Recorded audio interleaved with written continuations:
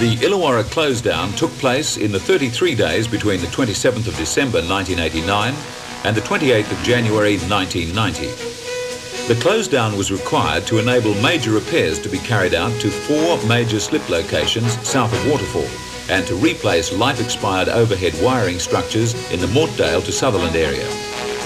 The track was closed from Mortdale Section Hut to North Wollongong, giving a double-track possession section of 64.5 kilometres.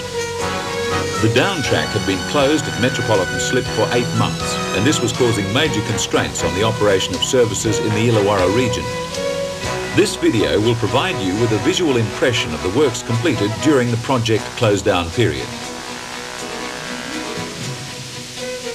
Works completed included overhead wiring structures. New structures were erected to facilitate the overhead wiring conversion program and to replace any structure which was badly corroded or overstressed.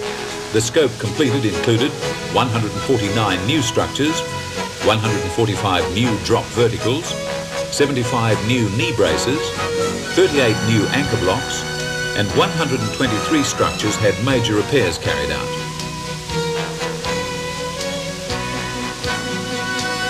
Ballast cleaning. A total of 18.23 kilometres of track was ballast cleaned, comprising 9.19 kilometres prior to the laying of concrete sleepers between Mortdale and Sutherland, plus 9.04 kilometres in the Sutherland to Helensburgh section. The majority of ballast for this work and the track laying was stockpiled at Loftus and transported to site by captive ballast trains. A total of over 60,000 tonnes of ballast was loaded from the stockpile site. Track relaying with concrete sleepers. A total of 17.9 kilometres of track was relayed using concrete sleepers. This was carried out in 2 areas. 12.28 kilometres in the Mortdale to Sutherland section on both the up and down main lines, and 5.62 kilometres on the down main between Metropolitan Tunnel and Bald Hill Tunnel through the Otford area. This work generated a lot of local interest in the metropolitan area. Major sleeper stockpiles were established at Sutherland and Otford, and captive sleeper trains were utilised to feed the MTS track layer in the metropolitan area and the South Coast track layer in the Otford area.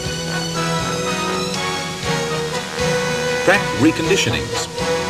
7.13 kilometres of track was reconditioned to provide free draining ballast and to enable the proper ballast depth for concrete sleepers to be obtained. Platforms at Oatley, Como and Janelli were reconditioned, plus 4.15 kilometres of track at Otford, Austinmere, Bulli and Corrimal. Track in the area of the major slip sites was reconditioned as part of the individual site's scope of works.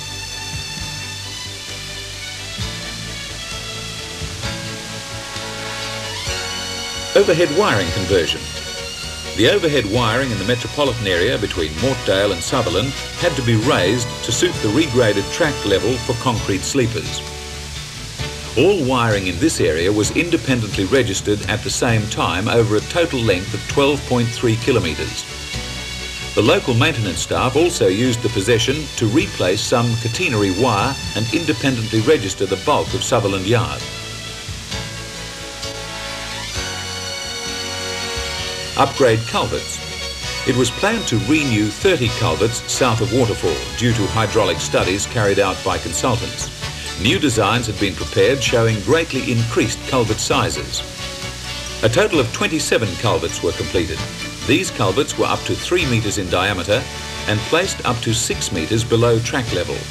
The installation of these culverts was a major achievement, but has since fallen foul of the Wollongong City Council and the Department of Planning. The bulk of these jobs had very difficult access and could not have been done in this manner without a major possession.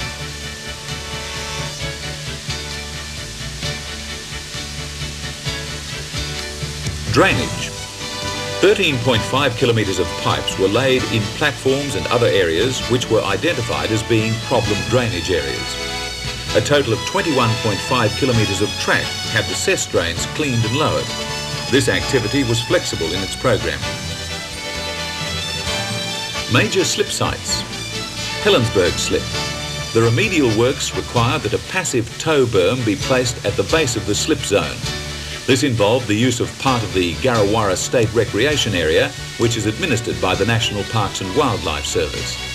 Approval to commence work on this area and remove 1 hectare of coachwood rainforest took a great deal of negotiation with the NPWS and eventually required the approval of the Minister for the Environment. Work commenced on the 23rd of December 1989. The base of the slip is 40 metres below the track level, and 5 days of the Closedown was used in pushing a road through to the base of the slip and the sedimentation dam site. A 2-metre high gabion and fabric dam was required to remove fines from the runoff. The SPCC and NPWS kept a very close eye on the works and monitored the runoff into the national park. During the Closedown, approximately 50,000 tonnes of washed slag was placed and compacted. A gabion wall extending for 58 metres and up to 8 metres high was constructed at the base. The berm was completed after the Closedown, but progress was affected greatly by periods of heavy rainfall in the following months. In total, over 120,000 tonnes of slag was used in this slip site.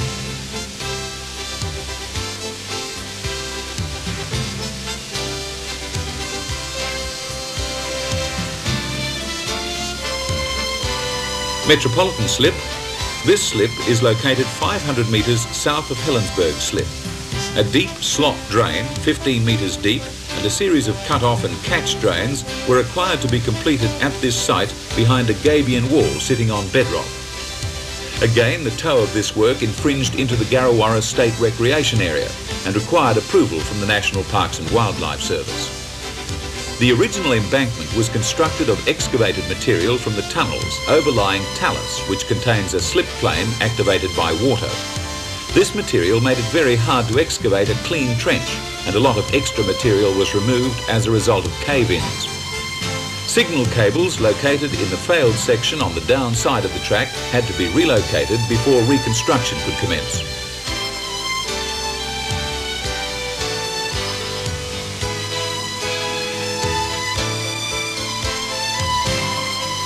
Small tension cracks occurred in the compacted formation and works were halted until remedial measures could be taken. Track reconditionings were completed as a matter of course as track panels were removed to complete formation reconstructions.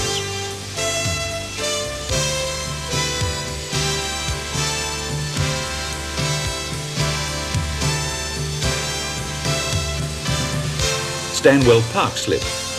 This slip is located approximately 500 metres south of Stanwell Park Station and had affected the access road to Stanwell Park No. 2 tunnel and the viaduct.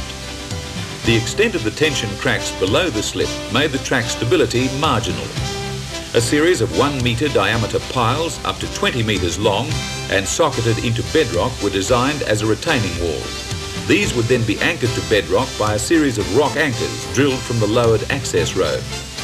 All 20 piles were placed and concreted with extensive reinforcement installed to enable the piles to withstand the enormous pressure which may be placed on the structure.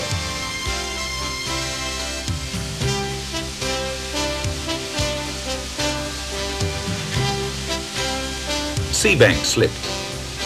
This area is located on the southern side of the Stanwell Park Amphitheatre.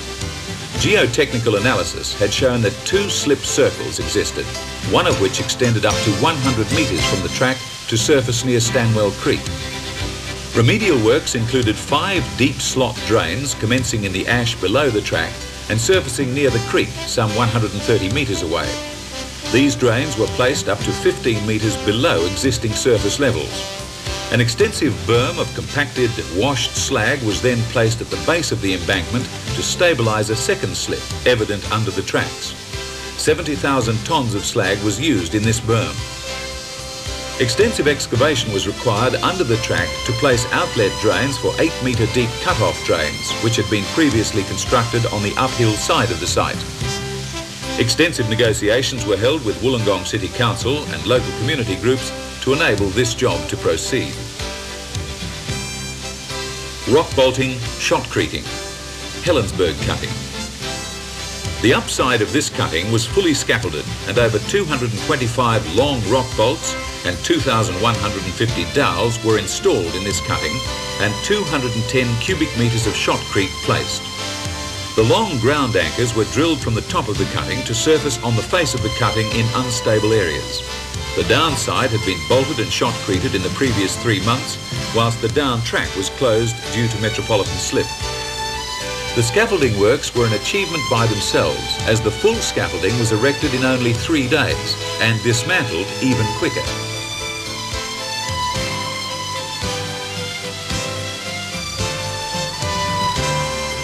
Bald Hill Tunnel. The southern portal of Bald Hill Tunnel was also notorious for rockfalls. The area was fully devegetated, loose rocks removed, and drilling and rock bolting of unstable areas commenced. 120 rock bolts were installed and 500 square metres of mesh placed and shotcreted. Stanwell Park Station Cutting. Large volumes of loose and unstable rock was removed from this cutting on the upside. Again, rock bolting and placing of mesh was completed. A catch fence was also installed at track level.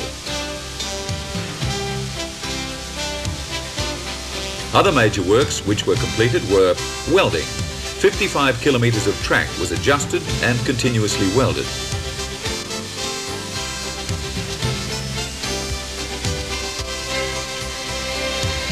Electrical maintenance.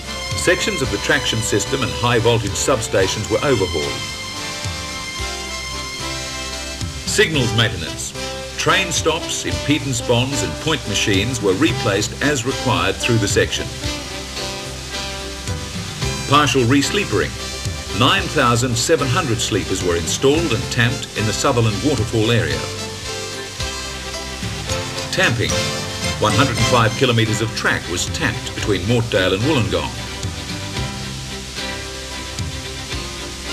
Devegetation.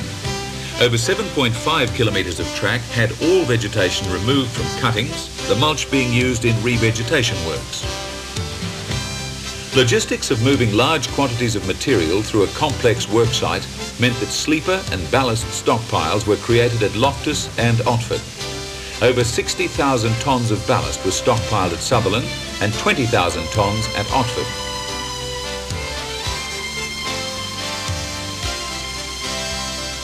Environmental aspects. Protection of the environment was a major aspect of all jobs, involving the placing of hay bales and fabric fences to help catch any silt which may be disturbed by the work. Soil conservation officers and the environmental consultant advised on these aspects of the work. The Closedown did achieve its major aims of replacing life-expired overhead wiring structures, independently registering the overhead wiring, and the rectification of the major slip sites.